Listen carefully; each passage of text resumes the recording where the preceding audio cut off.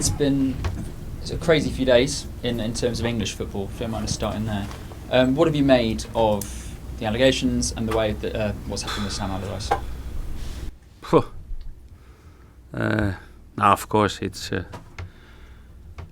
if you like football, if you like really the part of football, then it's a bad story. And I think for football in general, it's a black mark on the football, and that's not good.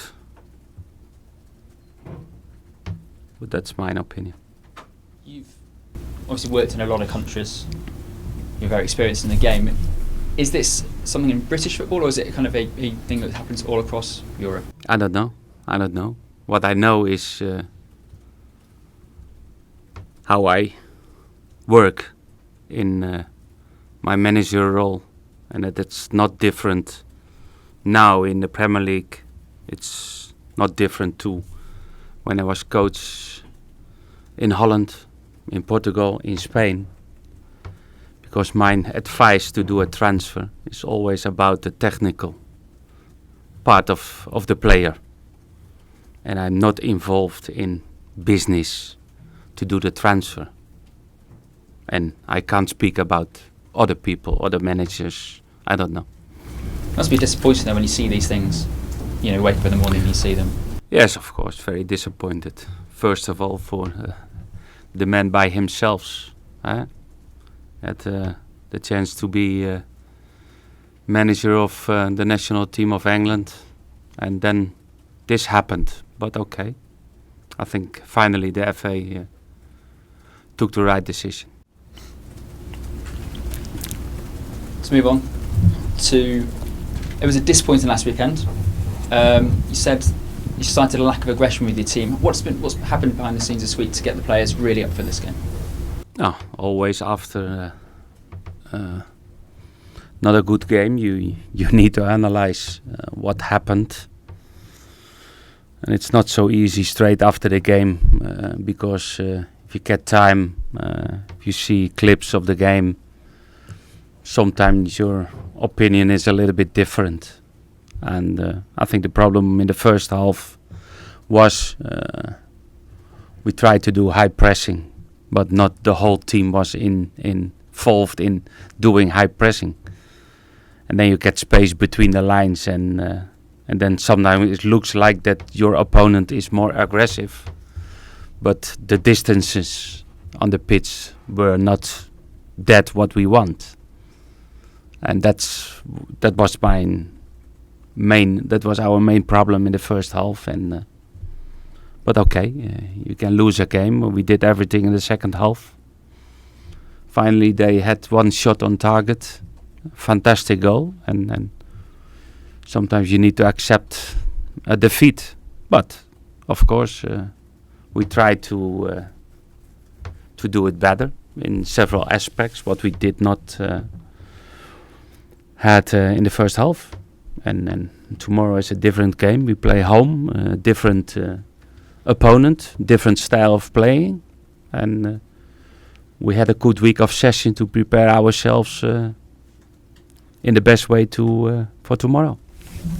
You said there's disappointment in terms of, it sounds like there are individual errors. It sounds, in terms of you can change the style. Does that mean we may see changes on Friday night to the personnel?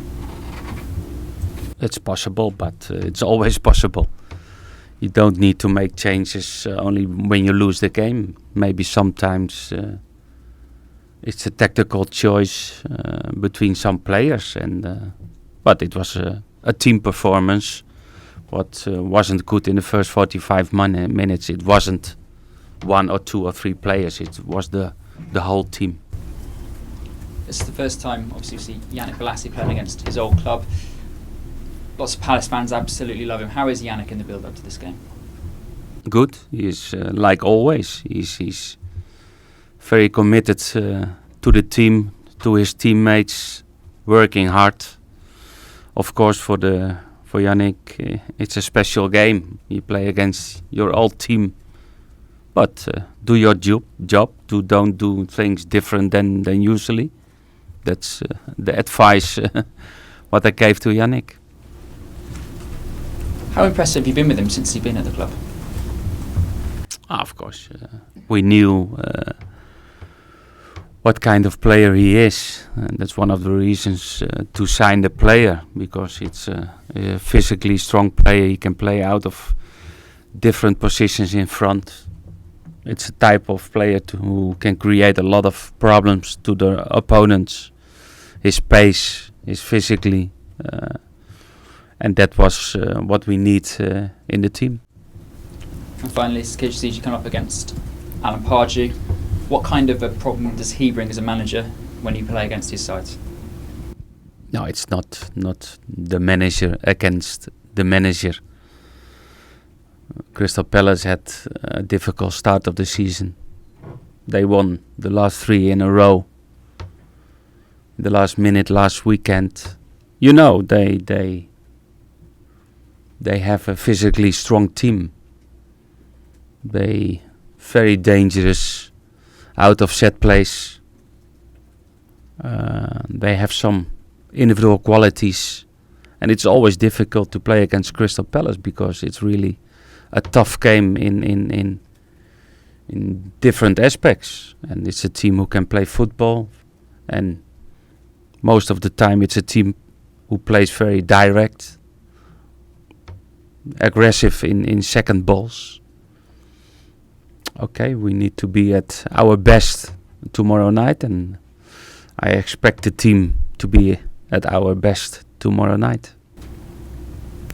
It's hello, Ronald. It's sometimes said that managers learn more maybe about their players in defeat. Has that been the case over the last 2 matches for you? Now you learn every day. You learn every day about players, about wins, about defeats. Of course, you like to see a reaction, but we're talking about 1 defeat of 6 in the Premier League. That's not bad. If we get tomorrow a very good result, everybody will be very happy about the first 7 results of Everton. If we win tomorrow night, I think we are second on the table. It's more than everybody expect. But that's football. It's so close. Win, you don't win, and it's a different. But okay, we start the season.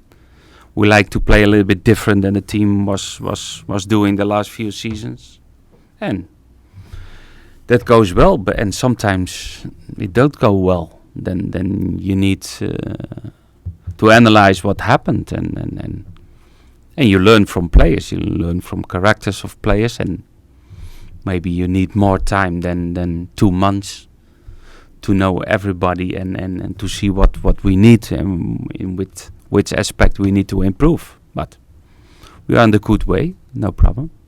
And in terms of Yannick Bolasie, who's mentioned there, he seems to be developing a close relationship with Romelu Lukaku off the pitch as well. I think they're neighbours and they travel in together. And while I understand you don't have to be best mates with your players, if they travel and they talk about football, it's okay. But you need understanding with your players, and it's normal that one maybe they have a professional relation on the pitch, and some they have relation also outside of the pitch. That's good if that's finally better for the team. Then I love it. And just finally, injury update. Leighton Baines. No, it's not. When we need to play our last match of the season tomorrow, then he was starting, but it's too risky. And after tomorrow we have the international duty. Then we don't like to take that risk to start with Leighton tomorrow. And I know Rom has got an ongoing sort of ankle, toe, foot type. Yeah, it's still painful, but he did the sessions of this week, and he will start. And you sort of mentioned James and Darren probably after the... Darren normally will be part of the session for next week. James is also close. Normally he started next week to train with the group, with the team. But you know, the national teams are coming up, and they called James up after 6 weeks, no playing. And the FIFA rule, you have to accept it. Will he accept that as well? The player likes to go. Do you have to liaise with Ireland? No, I hope that they will protect the player. And that they see the player. I think it's good to do that, but realize that the player did not team training in 5-6 weeks.